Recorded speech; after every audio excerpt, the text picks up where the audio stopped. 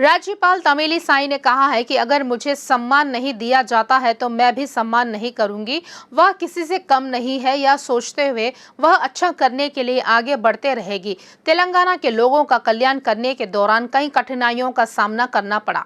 तमिलिसाई सुंदरराजन ने तेलंगाना के राज्यपाल के रूप में अपना 3 साल का कार्यकाल पूरा किया। इस अवसर पर मनाने के लिए गुरुवार को राजभवन में आयोजित मीडिया सम्मेलन के दौरान तमिलिसाई ने एक बार फिर टीआरएस सरकार पर निशाना साधा। उन्होंने आरोप लगाया कि सरकार ने उन्हें 3 साल तक एक महिला राज्यपाल के रूप में काम करते समय उन्हें परेशानियों का सामना करना पड़ा। उनके साथ भेदभावपूर्ण रवैया अपनाया गया। उन्होंने टिप्पणी करते हुए कहा है कि कम से कम उन्हें प्रोटोकॉल नहीं दिया गया, हालांकि राज्यपाल पद को यह दिया जाना चाहिए। तमिलिसाई ने कहा है कि तेलंगाना के लोगों का कल्याण करते समय चाहे कितनी भी बाधाएं आए, वह कार्य की सफलता के लिए आगे बढ़ते ही रहेंगे। उन्हें सम्मान नहीं दिया जाने पर उनके रवैये में कोई बदलाव नहीं होगा। सम्मान नहीं दिया जाता है तो कोई बात नहीं, अच्छे मन से वह आगे बढ़ते रहेंगी।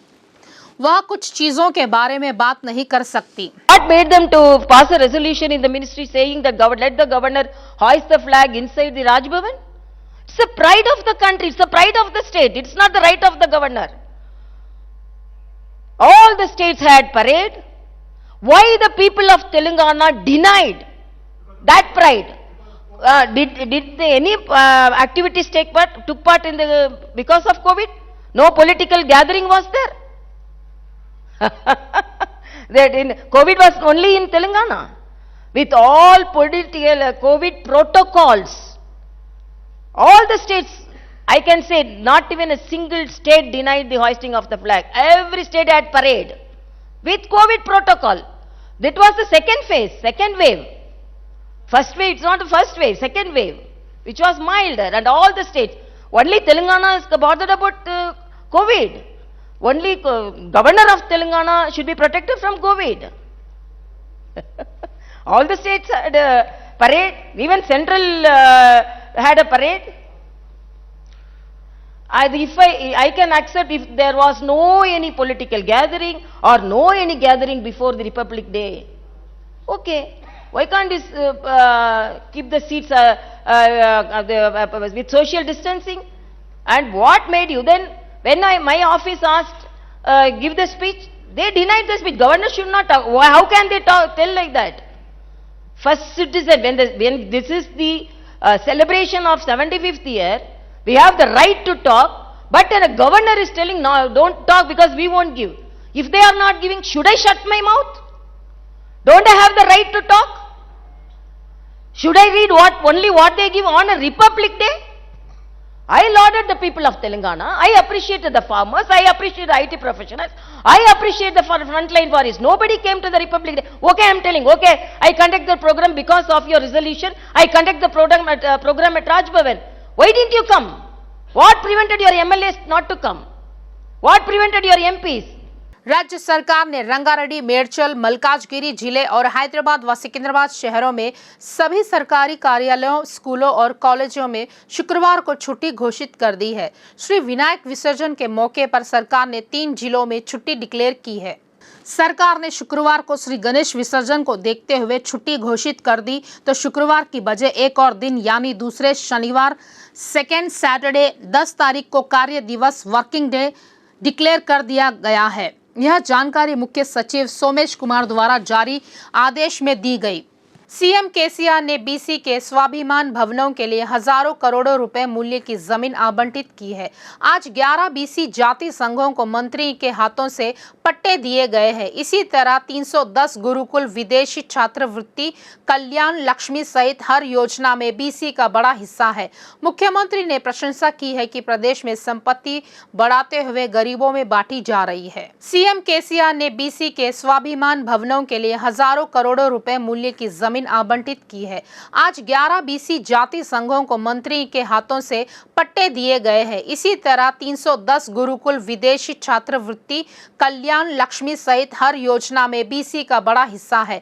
मुख्यमंत्री ने प्रशंसा की है कि प्रदेश में संपत्ति बढ़ाते हुए गरीबों में बांटी जा रही है। तेलंगाना में एक बार फिर परिवार नियोजन अभियान चौपट हो गया है। डॉक्टरों ने हाल ही में पाता बस्ती, पेटला बुरुष मैटरनिटी अस्पताल में महिला का परिवार नियोजन ऑपरेशन किया। ऑपरेशन के अगले दिन से ही महिला को बुखार, उल्टी और दस्त होने लगे और उसे बेहतर इलाज के लिए उस्मानिया अस्पताल में ले जाया गया। दुर्भाग्य से आज महिला की अस्पताल में इलाज के दौरान मौत हो गई। कुछ दिनों पहले रंगारेड्डी जिला इब्राहिमपट्टनम सरकारी अस्पताल में परिवार नियोजन ऑपरेशन के असफल होने पर 4 महिलाओं की मौत हो गई। हालांकि इस घटना से पूरे राज्य में सनसनी फैल गई। इसके बावजूद डॉक्टरों के रवैये में कुछ भी बदलाव होता नहीं देखा जा रहा है। हाल ही में डॉक्टरों की लापरवाही के चलते एक और महिला की मौत हो गई। भाकपा नारायण ने आलोचना करते हुए कहा है कि राज्यपाल ने इससे पहले लक्ष्मण रेखा लांघी और अब भी लांघी। जब बीजेपी अदानी और अंबानी को देश बेच रही है तो राज्यपाल क्यों नहीं बोली। उन्होंने गंभीर टिप्पणी करते हुए कहा है कि जिस राज्यपाल ने राजनीति की है वह असफल राज्यपाल ही है। उन्होंने कहा है कि सीएम केसीआर को एमआईएम के ब्लैकमेल भंवर से बाहर निकलना चाहिए। बीजेपी टीआरएस को इसीलिए निशाना बना रही है कि वह एमआईएम से जुड़ रही है। सशक्त लड़ाई की जंग में कहीं पर भी आप कम ना गिरे। इसे आधिकारिक रूप से आयोजित किया जाना चाहिए। पूर्वी गोदावरी जिला कुच्चरला पार्टी स्वाति वर्मा को आंध्र प्रदेश राज्य दिशा संरक्षण कल्याण फाउंडेशन का अध्यक्ष नियुक्त किया गया है। संस्थापक अध्यक्ष वेंकटेश्वर राजू ने हैदराबाद के अंबरपेट में केंद्रीय कार्यालय में उन्हें नियुक्त पत्र सौंपा। पूर्वी गोदावरी जिला कुच्चरला पार्टी स्वाति वर्मा को आंध्र प्रदेश राज्य दिशा संरक्षण कल्याण फाउंडेशन का अध्यक्ष नियुक्त किया गया है। संस्थापक अध्यक्ष वेंकटेश्वर राजू ने हैदराबाद के अंबरपेट में केंद्रीय कार्यालय में उन्हें नियुक्त पत्र सौंपा। श्री विनायक शोभा यात्रा के साथ जिन क्षेत्रों में श्री विसर्जन जा रहा है उन क्षेत्रों में वाटर बोर्ड द्वारा स्वच्छ जल शिविर लगाए गए हैं।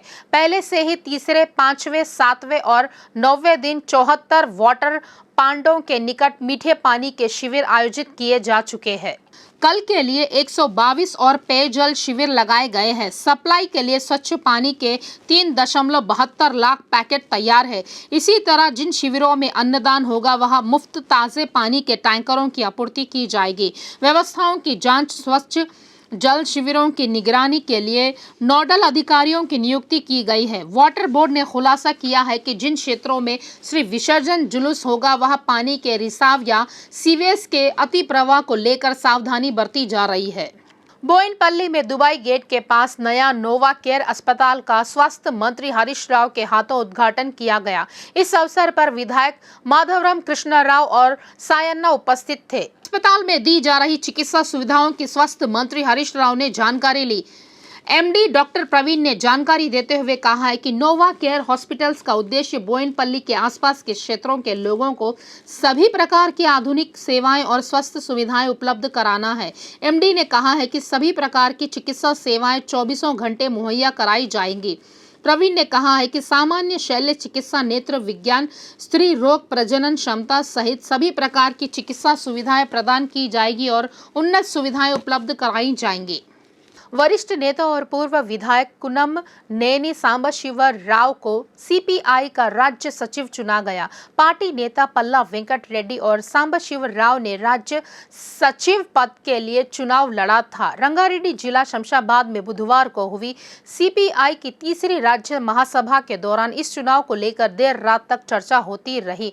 दोनों नेताओं के नहीं मानने पर मतदान हुआ। चुनाव में कुन्नम नैनी को 59 वोट और पल्ला वेंकट रेड्डी को 45 वोट मिले। पार्टी सूत्रों ने घोषणा की है कि कुन्नम नैनी सांबशिव राव जीत गए हैं। कुन्नम नैनी सांबशिव राव ने कोत्तागुडेम विधायक के रूप में कार्य किया। सीपीआई की तीसरी महासभा में राज्य सहायक सचिव के रूप में कार्य किया। डिप्टी मेयर मोते श्रीलता ने कैंप कार्यालय में कीट विज्ञान स्टाफ को पीपीआई किट और पर्सनल केयर उपकरण बांटे। इस अवसर पर मौसमी बीमारियों से बचाव हेतु उचित सावधानियां बरतने की सलाह दी गई। उन्होंने कहा है कि कर्तव्य प्रबंधन के साथ स्वास्थ्य सुरक्षा के मामले में भी पूरी सावधानी बरतनी चाहिए। उन्होंने सराहना की है कि कर्मचारियों द्वारा प्रदान की जाने वाली सेवाएं अमूल्य है, क्योंकि वे स्वच्छता के लिए लगातार कड़ी मेहनत कर रहे हैं। स्वच्छ वातावरण में लोगों को स्वस्थ जीवन जीने के लिए लगातार काम कर रहे हैं। कार्यकर्ताओं के स्वास्थ्य को ध्यान में रखते हुए मास्क, नारियल तेल, जूते और सैनिटाइजर युक्त किट दिए गए हैं। इस कार्यक्रम में टीयूसी के प्रदेश अध्यक्ष मोटे शोभन रेड्डी, उपायुक्त दशरथ, वरिष्ठ कीट विशेषज्ञ दुर्गा प्रसाद, ए श्रीनिवास और अन्य कीट विज्ञान विभाग के अधिकारियों के साथ टीआरएस के वरिष्ठ नेता सुनील ने भाग लिया। जब बिजली का बिल देखा तो मकान मालिक के होश ही उड़ गए। 1 लाख रुपए का बिल देखकर वहां दंग रह गया। शादनगर नगर निगम के चटानपल्ली में रमा देवी के घर का बिजली का मीटर पिछले महीने जल गया। इस पर बिजली विभाग के कर्मचारियों ने नया मीटर लगाया। पिछले महीने जले हुए मीटर से संबंधित बिल बुधवार को मालिक के हाथों में थमा दिया, जबकि 16 अगस्त से 7 सितंबर तक यानी 22 दिनों के लिए 10,510 यूनिट बिजली के उपयोग हेतु 1,17,694 रुपए का बिल मालिक के हाथ में दिया गया। हर महीने सैकड़ों रुपए में आने वाला बिल अब नया मीटर लगाते ही पुराने और नए मीटर रीडिंग की टैली में अचानक 1 लाख का आंकड़ा पार कर गया। इस बिल को देखकर घर का मालिक सिर चकरा गया। उसने ग्रामीण एई राकेश से जब इस बारे में पूछा तो उन्होंने कहा है कि गलती कहाँ हुई इस बात का पता लगाएंगे और उसमें सुधार करेंगे। वे खुद इस बिल को देखकर अचंभित हुए। तेलंगाना में पिछले 24 घंटे में 12,820 कोरोना टेस्ट किए गए और 152 लोग पॉजिटिव पाए गए। हैदराबाद में सबसे अधिक 60 नए मामले दर्ज किए गए। 408 उम्मीदवारों के परिणाम अभी घोषित नहीं हुए हैं। वहीं 145 लोग कोरोना से ठीक हो चुके हैं और कोई नई मौत नहीं हुई है। तेलंगाना में अब तक 8,35,489 कोरोना पॉजिटिव मामले दर्ज किए गए हैं। 8,30,367 लोग ठीक हो चुके हैं। अन्य 111 लोगों का इलाज चल रहा है। राज्य में अब तक 4,111 लोगों की कोरोना से मौत हो चुकी है। शहर में तेज बारिश हुई। भारी बारिश के कारण निचले इलाकों की कई कॉलोनियां और मुख्य सड़कों पर पानी भर गया। बारिश के कारण सड़क पर वाहन चालकों को परेशानी का सामना करना पड़ा। इस पर Musarambagh, Amberpet, Banjara Hills, Khairatabad, Jubilee Hills, Panjagutta, Nampally, Madhapur और कुकड़पल्ली इलाके जलमग्न हुए। मौसम विभाग ने राज्य के सभी 14 जिलों के लिए ऑरेंज अलर्ट जारी किया है। यह स्पष्ट किया गया है कि मंचिरियाल, निजामाबाद, जगत्याल, राजन्ना, सिरसिल्ला, करीमनगर, पेद्दापल्ली, भूपालपल्ली, मुलुगु, महबूबाबाद, वरंगल शहरी, वरंगल ग्रामीण, जनगाम, सिद्दीपेट और कामारेड्डी जिलों में ऑरेंज अलर्ट जारी रहेगा।